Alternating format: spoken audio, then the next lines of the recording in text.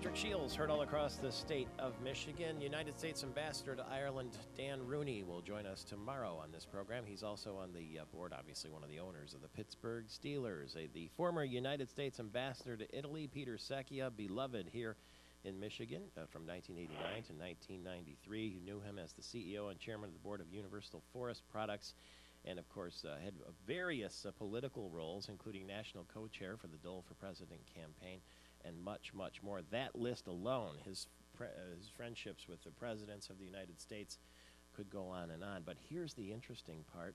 In September, he made a $1 million outright donation to his alma mater, Michigan State University, and they built a new stadium for women's softball. In appreciation of his gift, it's going to be known as Secchia Stadium, built at the Old College Field.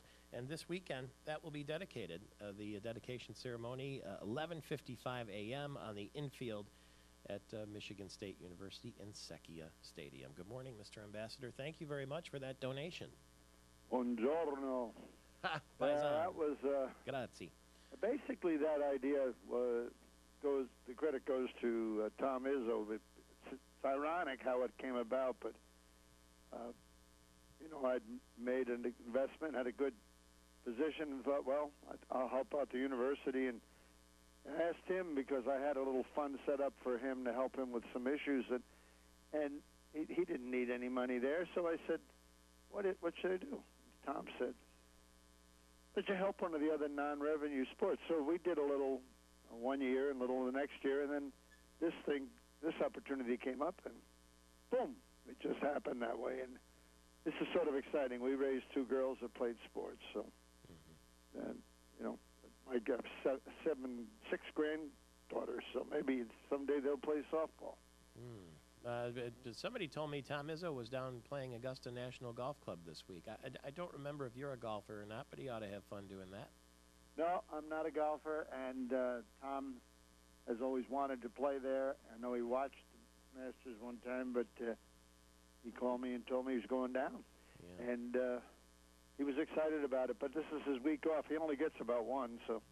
Isn't that the amazing thing? And for people like you and Tom Izzo who are very busy, and the phone rings all the time, I know, for people like you with somebody who needs a little of this or a little of that, and you're so successful, but you barely have time to enjoy it. Is that the case with you? I know it's got to be with Tom Izzo. He works all the time. Yeah, well, I'm the same old. My father taught me that, and he's the same way.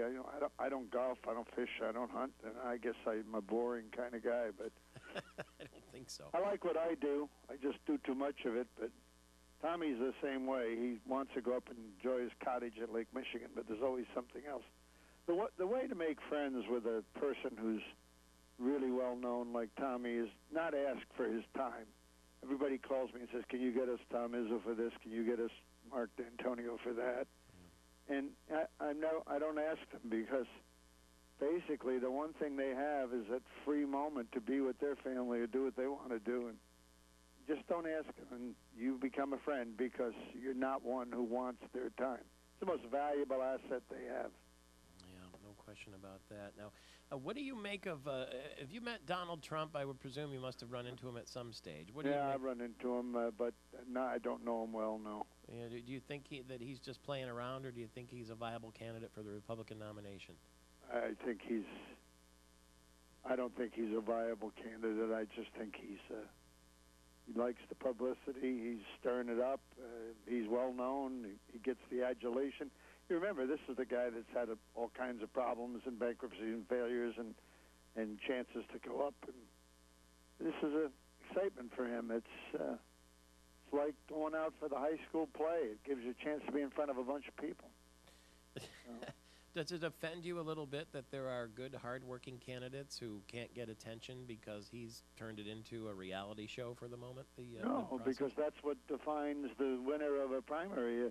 The one who gets the attention, the one who gets the votes, is the one who wins.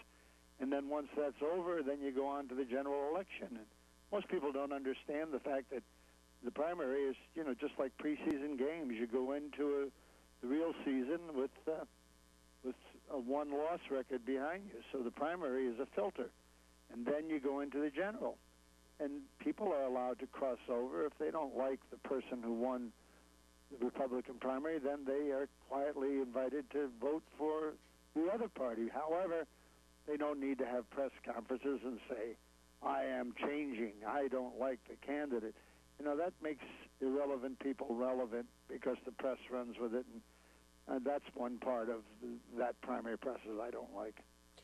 We've had two very high-profile West Michigan people, former Congressman Pete Hoekstra and former Secretary of State Terry Lynn Land, decide not to run against Senator Stabenow, not to run for the nomination. I presume they both must have spoken to you about this before they made their decision. Does it disappoint you that neither one of them is willing to take a shot? Pete didn't talk to me, but I didn't expect him to do it again after the thumping he took in the primary. But he's a wonderful, wonderful guy, and you know, it was tough not to support him in the last primary. Terry called me several times, and she called me when she made her decision, and I think she made the right decision. She needs a year off. She's been working hard for years. She's been in office for several years, and she's been very busy. She started her political career as a volunteer for me in 1975. She was only 17 years old, and she was putting signs in lawns and knocking on doors and working for me in the Ford Scatterblitzer group in the campaign of 1975-76. So she's been around, and she's done a great job wherever she's been. But, you know, it's like anybody else. Sort of like Fezzi going from WJR over to the banking business. Who'd have thunk it? And are you convinced that John Engler won't run for U.S. Senate?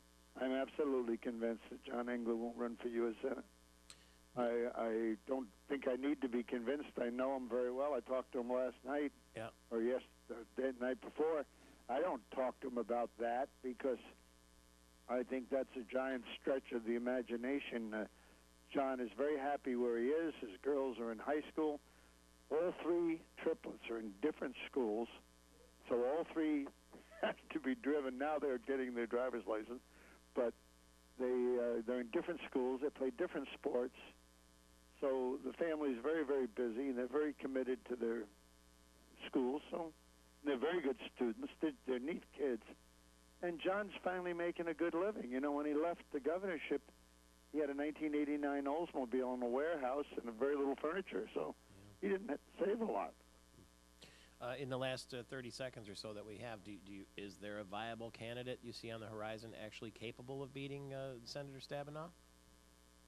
I don't pick candidates. I just sort of watch the candidates and then jump on one somewhere in the race, and it's too early for me to do that.